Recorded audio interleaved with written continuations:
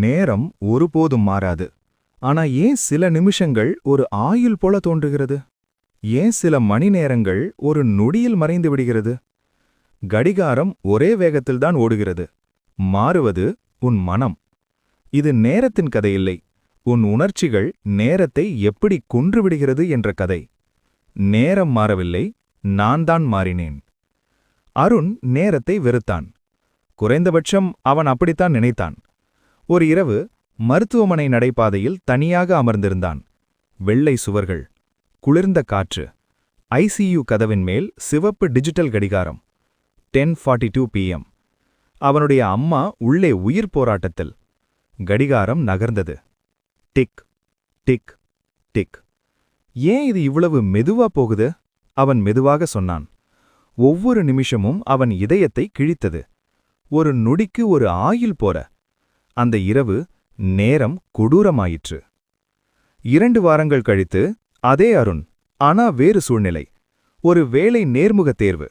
அவன் தாமதமாக வந்திருந்தான்.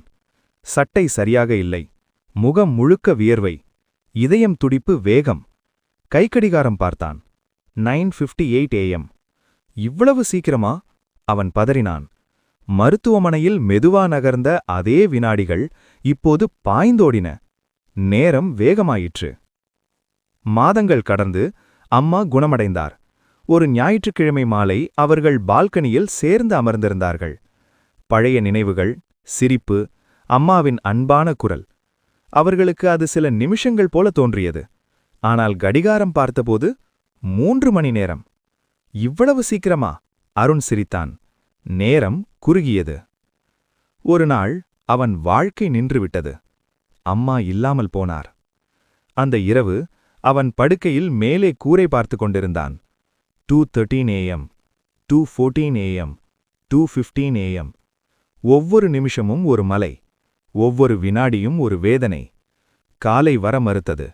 இரவு முடிவதில்லை. நேரம் முடிவில்லாததாய் மாறியது. 1 வருடம் கழித்து பூங்காவில் தனியாக அமர்ந்திருந்தான். குழந்தைகள் விளையாடின, ஜோடிகள் சிரித்தனர், உலகம் முன்னேறியது. அவன் கண்களை மூடினான்.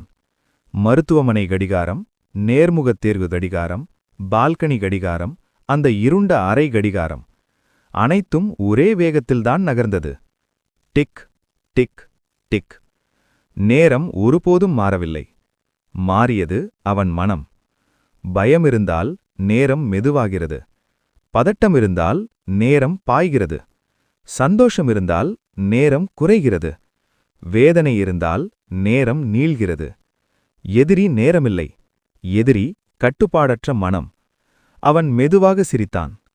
நேரம் மெதுவுமில்லை, வேகமுமில்லை, கொடூரமுமில்லை, குறுகியதுமில்லை, முடிவில்லாததுமில்லை. அதை அப்படி படைக்கிறதே என் மனசு.